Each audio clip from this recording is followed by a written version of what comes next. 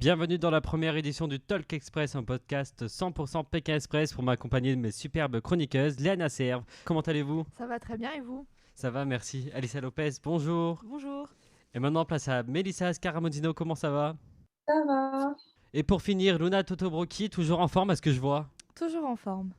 Elles nous font le plaisir d'être avec nous, candidates de la saison 14 de Pékin Express. Bienvenue Kautar et Nour. Bonjour. Retour sur le parcours de Kautar et Nour, présenté par Léana. Si on est venu à Pékin Express, c'est pour gagner Pékin Express. La saison de Kautar et Nour débute dans l'avion au-dessus de l'Ouganda. Elles apprennent qu'elles vont devoir rejoindre Stéphane dans une réserve de rhinocéros. C'est donc à pied et avec leurs valises que commence leur aventure. Après la traversée du lac Victoria à bord d'un radeau, elles prennent la route direction Ziwa Rhino. Là-bas, une aventure les attend, se prendre en selfie avec un rhinocéros. Le lendemain, elles arrivent premières à Fort Portal et remportent donc une amulette d'une valeur de 10 000 €. Lors de la deuxième étape, elles sont rapidement confrontées à un dilemme, choisir un véhicule dans lequel poursuivre leur route. Elles choisissent donc le camion livreur 2, où elles doivent tenir une cuillère dans leur bouche sur laquelle est disposé un œuf sans le faire tomber. La deuxième étape de la course voit le retour du célèbre drapeau noir qui ne doit pas tomber entre leurs mains si elles veulent espérer remporter l'étape. Là encore, elles terminent première et remportent une deuxième amulette. La troisième étape maintenant, elle est d'abord constituée de 2 sprints. Le premier où elles doivent parcourir 8 km avec un chevalet sur lequel se trouve une photo d'un gorille avant de trouver la différence entre cette photo et une autre là où elles sont arrivées. Et le second pour se rendre à l'école de Lukaya où elles doivent retrouver des enfants d'une photo parmi tous les écoliers présents. L'ultime sprint de cette étape débute à Kayabe. Elles doivent se rendre au marais de Mabamba. Là-bas, elles trouvent une embarcation sans rame. Il leur est demandé d'atteindre l'autre rive avant d'entamer une partie de Mikado géant. Leur quatrième étape est un peu particulière. C'est des mois après l'arrêt du tournage à cause de la Covid-19 qu'on les retrouve cette fois-ci en Grèce. Cette étape les voit traverser le pays d'Olympie à Athènes. Elles finissent malheureusement au duel final contre Pierre-Louis et Arnaud, mais l'enveloppe noire leur annonce que l'étape est non éliminatoire. Merci Léana. Pour la 5e étape, je laisse la parole à Alicia qui va vous la présenter. Pour cette 5e étape de Pékin Express, les candidats se trouvent toujours en Grèce. Au programme 3 courses autour de la mythique capitale, j'ai nommé Athènes. Les candidats marchent sur les pas des athlètes olympiques. Seul bémol, une règle incontournable fait son grand retour dans l'émission. Il s'agit évidemment de la fatidique règle des intouchables. Cette dernière offre aux candidats un avantage stratégique indéniable. Les binômes disposant de cette immunité doivent faire des choix entre les autres équipes, créant ainsi des tensions. La guerre est définitivement déclarée entre les binômes.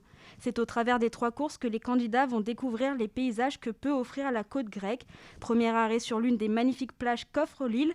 Les binômes vont devoir jouer à puissance 4. Cela semble simple au premier abord, mais les candidats vont devoir se jeter à l'eau pour récupérer leurs jetons. Par la suite, ils vont se retrouver au-dessus du canal de Corinthe où ils doivent se prêter à un jeu de mémorisation. Le but, retenir un maximum de noms d'héros grecs pour ne pas sauter à l'élastique. Enfin, les binômes sont confrontés à une épreuve physique dans l'un des plus anciens vignobles du monde, un cadre idyllique dans lequel Kautar et Nour terminent dernière. Elles choisissent les collègues catalans pour un duel final à l'issue duquel la mère et la fille sont éliminées de l'aventure. On passe maintenant au duel final présenté par Luna. On vous écoute. On est au cœur de la compétition et il n'y aura plus de cadeaux entre nous là. Le duel final, l'ultime épreuve d'une étape, celle qui départage 2 binômes face à l'élimination. Et pour ce 5e épisode, c'est la mère et la fille Kautar et Nour arrivées dernières à l'étape précédente qui se posent aux Catalans Florent et Noël. L'indice de la mission, logique et devinette. Pour les filles, c'est Nour qui s'y colle et c'est Florent qui parle un peu mieux anglais qui décide d'y aller. Après que le handicap de Nour soit divisé par 2 comme le veut la tradition de Pékin Express, elle n'a donc que la moitié du bol d'huile à transporter. Le duel final commence enfin. Il faut se rendre à la rue Psyri pour accomplir sa mission. Comme il est de coutume en Grèce apparemment, les 2 candidats tardent à trouver un véhicule, tant et si bien que Nour décide de se rendre à pied au lieu de la mission. Florent, lui, s'obstine à vouloir prendre une voiture, c'est donc la jeune fille qui arrive en premier devant le drapeau rouge. Et devant l'énigme, avec les lettres de mon nom, on peut écrire celui de ma maison. Nour se retrouve démunie face à l'intitulé. Mais elle a un avantage de taille, son avance. Après un long moment de réflexion, elle parvient enfin à trouver la solution grâce à l'indice de la rue, une peinture de chien. C'est le même indice qui par la suite aidera Florent. Les 2 candidats sont donc quasiment au coude à coude sur la dernière ligne droite. Florent trouve une voiture rapidement, francophone qui plus est, un coup de chance. Nour, elle, continue à pied. C'est donc Florent, sans surprise, qui retrouve Noël en pleurs. Il remporte le duel. Quelques minutes après, Nour arrive sous les applaudissements de sa mère et du binôme catalan. L'enveloppe est sans appel, c'est une étape éliminatoire. Et c'est donc après un parcours haut en couleurs qu'elles quittent l'émission. Elles auront su marquer les esprits. Et maintenant, place à l'interview de la semaine. Après votre élimination, vous avez posté toutes les deux un message. On peut dire qu'il y avait beaucoup de racisme par rapport à nous. Nour, vous avez expliqué que la famille chez qui vous avez dormi vous a précisé que les Grecs avaient un problème avec tout ce qui est maghrébin et arabe.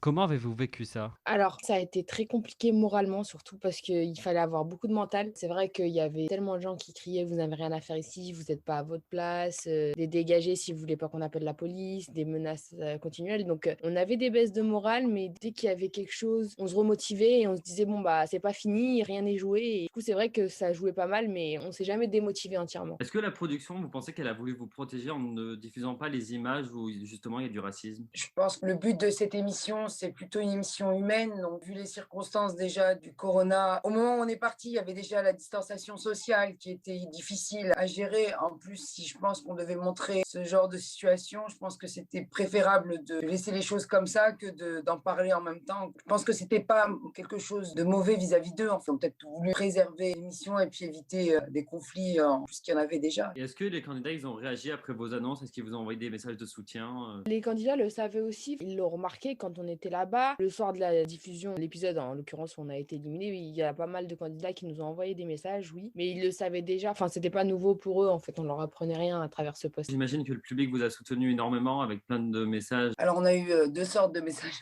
On a eu des soutiens et des insultes aussi. Il y a eu beaucoup de messages de soutien, d'ailleurs, c'était très gentil de leur part. Et puis, il y a eu ouais, elles veulent faire le buzz, elles veulent se faire connaître, alors que c'était pas du tout l'intérêt. En fait, nous, on voulait, étant donné qu'il y avait pas mal de messages en disant oui, Kautar et Nour, on les voit presque pas, Kautar et Nour, on les voit 30 secondes. Du coup, on voulait expliquer notre vécu, en fait, parce que bon, bah, du coup, ils ont préféré ne pas le montrer. Donc, moi et Nour, on a préféré le dire sans dénigrer M6 ou sans dénigrer l'émission Pékin Express, puisque du coup, c'est une émission qu'on aime beaucoup et qu'on a été contente d'y participer. Mais c'était plutôt de leur dire, bon, bah, on nous a pas montré, mais voilà, on a vécu telle et telle chose. Peut-être que ben, ils ont préféré ne pas le montrer parce que les circonstances actuelles faisaient que ça servait à rien de rajouter des choses en plus, alors que la situation était compliquée déjà. Donc voilà, mais nous aussi, on a été surprises parce qu'en général, quand un binôme est éliminé, c'est le binôme qui est éliminé qu'on voit plus dans la... Et ça s'est passé comment votre parcours à Pékin Express? C'est une aventure incroyable. Franchement, c'est riche en émotions, c'est révélateur de personnalité, on se redécouvre, on vit de choses tellement belles qu'en fait, c'est même pas descriptible. Je pense que je souhaite à tout le monde de le vivre. Conseillez quoi aux gens qui veulent participer à Pékin Express? Comment ils font pour s'inscrire? Comment se démarquer de toutes les candidatures? Comment se démarquer? Bah, faut être soi-même. Bon, pour moi, faut pas en jouer.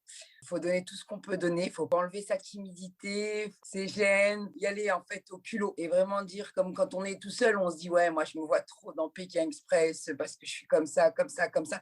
Bah, c'est le moment en fait. Faut tout faire pour. C'est ce qu'on a fait nous hein, à ce moment-là. Je pense qu'on se trouvait même ridicule quand on a regardé notre vidéo. On s'est dit non, non, on la garde pas. Et au début, je dis supprime-la, supprime-la. Elle me dit non, non, je vais la garder. Et finalement, on est parti chercher cette vidéo-là qu'on avait faite, la toute première qu'on a envoyée. Et il faut savoir aussi que la production recherche beaucoup des binômes qui ont un enjeu à faire Pékin Express. C'est important de le souligner dans leurs vidéos. Ils veulent des personnes, en l'occurrence un binôme, où l'aventure Pékin Express va leur apporter quelque chose. Vous avez des questions, les filles? Je voulais savoir qu'est-ce que ça vous a apporté, Pékin Express? Quel petit résumé vous pourriez faire de votre aventure? Est-ce que ça vous a aidé pour l'objectif que vous étiez fixé? Pour moi, Pékin Express m'a apporté beaucoup de choses. Déjà, me reconstruire quand même parce que j'étais quelqu'un qui prenait trop les choses à cœur et du coup, je m'énervais tout le temps parce que bon, ben, quand on prend les choses à cœur et qu'on est vrai, donc après, ça crée un mal-être. Aujourd'hui, moi, Pékin Express m'a appris à prendre du recul, à moins prendre les choses à cœur et puis aussi à penser un peu à moi parce que je me mettais trop de côté et puis je laissais trop les choses se faire et pas comme je voulais moi et plutôt comme ils voulaient eux. Donc personnellement, aujourd'hui, Pékin Express m'a permis de me forger mon caractère différemment, d'être gentil, de donner. Je prenais les choses différemment. Puis bon, ça m'a permis de me retrouver, de connaître ma fille aussi. Déjà, avoir fait Pékin Express, pour moi, c'est avoir gagné. Moi, Pékin Express, au début, quand on nous a inscrits, c'était pour offrir l'aventure à ma mère. Donc, c'était sur ça qu'ils nous ont sélectionnés. C'était par rapport au fait qu'à ce moment-là, ma mère était dans un divorce difficile, qu'il y avait beaucoup de soucis. Et l'enjeu, c'était justement de penser à autre chose. Et je pense que c'est une mission réussie. Votre binôme favori, c'est lequel au final? Pendant l'aventure, est-ce qu'il a changé après l'aventure? On avait des préférence comme ça parce que sur l'aventure, on s'entendait bien avec tout le monde. Certes, c'était un jeu, mais on n'était pas dans la vacherie où il faut faire des coups bas pour gagner. Maintenant, c'est vrai que les premiers à nous avoir plus ou moins tendu la main au début d'une aventure, c'était à la deuxième étape, quand il y avait le drapeau noir. Nous, on s'était cachés derrière le camion de police. Donc, du coup, on est ressortis. Claire et Christophe sont venus nous retendre le drapeau noir. Et là, à ce moment-là, sur le bord du trottoir, il y avait Aurore et John qui avaient arrêté un véhicule et qui nous l'ont laissé. Et ils nous ont dit, tenez, Kautar et Nour, partez. Et là, à ce moment-là, on a décidé avec Nour, si on venait à être éliminé, de leur donner l'amulette. On avait un petit pincement pour eux parce qu'on avait trouvé leur geste super. Puis on les a vus quand il y avait la coupure entre mars et septembre. Aurore et John sont venus manger à la maison. J'aime beaucoup Rosemary et Cynthia parce que quand j'ai perdu mon père, Rose a beaucoup été là. Et Flo et Noël. En l'occurrence, Flo. Je pense que Nour aussi, c'est pareil. La même chose. Et maintenant, place au quiz express avec Mélissa. Que là, c'est œil pour œil, dent pour dent. Les règles sont très simples. Vous devez répondre à 10 questions à propos de votre aventure à Pékin Express. 3 propositions vous seront données afin de vous aider. La personne qui cumulera le plus de points gagnera ce quiz. Alors, êtes-vous prête? Oui. Alors, première question. Quelle étape était la plus longue? Le Fort Portal à Mbara en Ouganda, Entebbe à Fort Portal ou Olympie à Athènes? Olympie à Athènes, pour moi. Moi, je crois que c'est la première. C'est Ouganda jusqu'à Fort Portal. La question plus longue, comment on l'a ressenti, nous, plus longue ou pas Dans le trajet. Alors moi, je dirais peut-être... Ah ouais, quand même, en Afrique, quand même, c'était long. Hein. Je pense que c'était... Ah, moi, c'est Entebbe jusqu'à Fort Portal. Moi, c'est l'eau la première. Vous êtes sûr de vouloir changer? Moi, je pense que c'est Entebbe jusqu'à Fort Portal. Attendez. Moi, moi, je reste sur ma dernière. Allez. Ok. Deuxième question. Quelle était la couleur de la valise que Nour a cassée lors de la première étape? Bleu, violette ou rouge? Violette. Bon, violette, mais elle n'en a pas cassé qu'une, elle en a cassé deux. Hein. Elle n'avait pas qu'une, il y avait les deux Elle valises. était violette toutes les deux, de toute façon. Toutes les deux. Troisième question. Le premier jour, quel animal avez-vous dû prendre en photo? Un rhinocéros, un gorille ou un lion? Ah, rhinocéros. La première, un rhino. Quatrième question. Quelle était la première épreuve d'immunité? Pomme de terre pour le blind test. Pomme de terre, gombo ou patate douce? Ah, pomme de terre. Pomme de terre. Cinquième question. Qui a remporté les 2 voitures bonus? Les collègues catalans, Florent et Noël, le couple du Nord ou les copines parisiennes? Les Catalan. collègues. Quel est le premier binôme à être éliminé? Sabine et Loïc, Chrysoula et Jenny ou Jonathan et Aurore? Sabine et Loïc. Septième question. De quoi était rempli le tracteur lors du premier panneau voiture interdite? œufs, piment ou mouton? Piment. Piment. Huitième question. Pour le 6e jour, lors du dernier sprint du duel final, quel temps faisait-il? Orageux, pluie diluvienne ou neige? Pluie diluvienne. Ouais, pluie diluvienne. 9e question. Quel était le nom du lac de la partie de Mikado géant? Lac Victoria, lac Katawe ou lac Mburu? Katawe, moi, je pense. Le deuxième. 10e question. Lors de l'épisode 3, quel était l'âge minimum du chauffeur de taxi que devaient trouver les candidats? 45 ans, 50 ans ou 40 ans? 40. Avec les lettres de mon nom, on peut écrire ma maison. Ah, niche. Et j'ai un niche. J'ai un niche. Merci. Merci beaucoup. Merci Mélissa. Du coup, pour la première réponse, Kautar, fallait pas changer. C'était Olympie à Athènes. Oui. C'est bon, j'ai dit, je suis revenue dessus après. J'ai dit Olympia Athènes. Non, à la fin, t'as dit je garde ma Non, j'ai dit je reviens, j'ai dit je garde mon premier, Olympia Athènes. C'est ce que j'ai dit, je regarde. Je suis revenue, j'ai dit non, je garde le premier Olympia Athènes parce que je me suis souvenu qu'on est resté grave longtemps et qu'on avait grave galéré pour avoir une véhicule. C'est pour ça que je suis revenue, j'ai dit non, je garde le premier. Alors, ça fait 1 point pour Kautar. En fait, vous avez répondu, vous deux, les bonnes questions jusqu'à la dernière. En fait, vous avez le même nombre de points. D'accord. Le lac, c'était Oui, c'était Victoria. Ouais, j'hésitais en fait. Mais c'est vrai que Katawe, c'est l'arrivée quand on était arrivé devant pour dormir chez Shakira. C'était ça en fait, l'arrivée. Donc j'hésitais, j'avais un petit bug entre les deux, mais c'est vrai que c'était la Victoria. Bon, j'aurais pu gagner. Hein. Vous êtes ex aequo, vous avez gagné. Merci. Et est-ce que vous pouvez nous raconter 3 anecdotes de votre aventure qui n'ont pas été diffusées à l'antenne? En étape 1, on nous voit un court instant dans un camion. Avec maman, on cherche à trouver une voiture, sauf que nous, on détestait quand on était tous au même endroit pour chercher une voiture parce que ça, il y en avait beaucoup qui retournaient en arrière, donc qui demandaient aux voitures avant nous. Je suis partie voir les policiers qui nous ont dit, bon, bah écoutez, au début c'était non, et puis ils ont fini par nous dire oui, mais marchez 1 kilomètre. À 1 kilomètre, il y aura une autre patrouille, et eux c'est bon, ils vous emmèneront. Sauf que maman, 1 kilomètre, je pense que sur le moment, elle voulait pas marcher. Donc, elle a arrêté, on a arrêté un camion. Sauf que pour moi, un camion, c'est un poids lourd, ça ne roule doucement, je ne voulais pas. Et ce monsieur, il parlait arabe. Donc, ma mère était super contente, vu qu'elle ne parlait pas anglais, donc elle a pu parler pour une fois. Sauf que quand on lui expliquait, il n'avait pas l'air de comprendre, mais ma mère a été persuadée qu'il comprenait. Du coup, on est monté dedans. Et on a roulé pendant plus d'une demi-heure dans la mauvaise route. Et la règle stipule qu'au bout d'une demi-heure, le caméraman doit nous prévenir. Du coup, bah, qu'est-ce qu'on fait? On est dans une route en pleine pampa. Est-ce qu'on descend? On descend pas. Pour moi, c'était obligatoire, on descend. On est descendu et là, c'est là où les embrouilles, elles ont commencé, mais comme pas possible. Figurez-vous qu'on était dernière et c'est là où, à la fin de l'étape, on a fini première. Et ça, on le voit pas et c'est dommage parce qu'on a fait toute la route dans la mauvaise route et on a réussi à rattraper et dépasser binôme par binôme le lendemain. On repart dans le sens inverse avec un gros bus. Ils nous déposent à une intersection où ils vendent plein de trucs à manger. Et là, on cherche un véhicule, mais là, il y a tout le monde qui vient vers nous et il n'y a personne qui nous laisse tranquille. Donc, il y a tous les jeunes, tous les petits.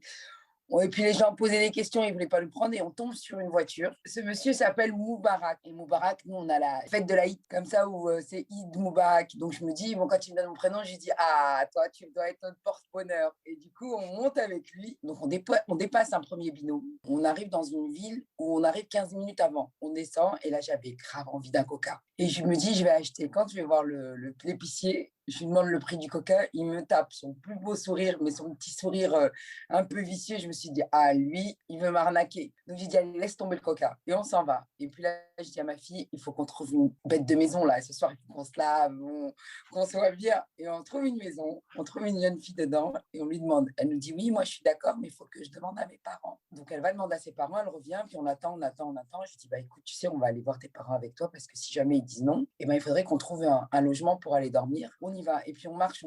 Et là, je dis, regarde ma fille. Avant d'arriver, je regarde ma fille, je lui dis, Nour, imagine son père, c'est l'épicier. Et on arrive, c'était l'épicier. On lui demande. Et il me regarde comme ça et il me dit non. Et là, on se dit quoi? On va dormir dans une école. Bon, bah, l'école, c'était OK tout de suite. On a dormi chez Amy. C'est le jour où il fallait arriver premier pour gagner les rhinos. Bah, du coup, c'était le Catoué Village. Et du coup, bah, on est tombé sur la dame qui a accepté de nous prendre. Pour les gorilles, non. Là, c'était pas Catoué Village. Là, c'était pour le truc, c'était la ligne de l'équateur. Ah oui, c'est la ligne de l'équateur. Voilà, pardon, autant pour moi. Ce jour-là, il faut savoir qu'on n'avait pas du tout mangé parce qu'un jour en course, on ne mange pas en temps normal. On n'a pas le temps. Bah, on trouve Amy qui nous accepte généreusement, sauf qu'en fait, je crois qu'elle avait déjà fait manger ses enfants et elle n'avait pas de grands moyens. Du coup, bah, quand elle nous a accepté, elle nous a dit bon, bah, on doit aller demander au chef du village. D'ailleurs, ça aussi, c'est très drôle. Elle nous dit bon, bah, on doit aller demander au chairman. Sauf que moi, quand elle me le dit, elle le dit avec un accent, donc je comprends un chaman. Je me retourne vers maman et je dis maman, je crois qu'on doit aller voir un sorcier.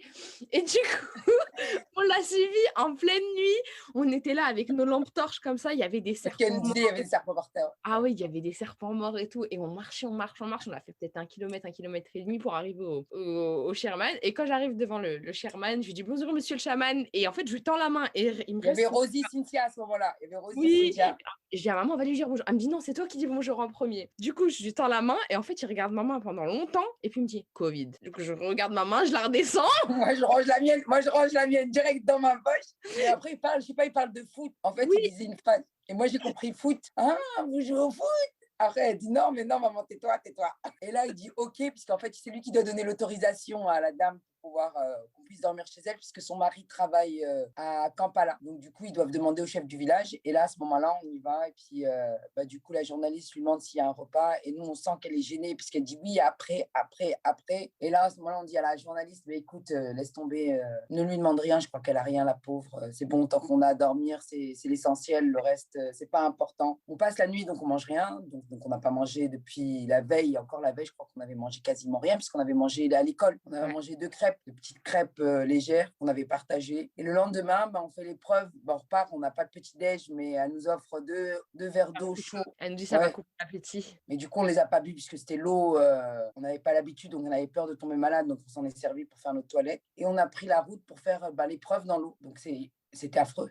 C'était affreux pour nous. Déjà 4h30 dans un lac où il faisait presque 40 degrés. En plus, on n'avait pas mangé. Franchement, on a vécu pas mal d'épreuves, énormément d'épreuves, mais c'était drôle sur le moment. À ce moment-là, moi, je disais, mais c'est quoi ces jeux de merde? Mais je râlais dans la barque. Je crois qu'on a montré, mais même pas 1% de. Ah oui, moi je traitais la production de sadique. Je dis, il faut avoir l'esprit mal placé, être sadique pour créer des jeux comme ça. C'est quoi l'intérêt? Franchement, c'était déjà le peu qu'on a pu voir, c'était drôle. Je pense que s'ils avaient mis beaucoup, je crois que là, ça aurait été le sketch, ça aurait été le vidéo gag. C'est la fin de notre émission. Merci à tous de nous avoir écoutés pour suivre notre actualité. Rendez-vous sur notre page Instagram Talk Express. Portez-vous bien et rendez-vous la semaine prochaine pour un nouvel épisode.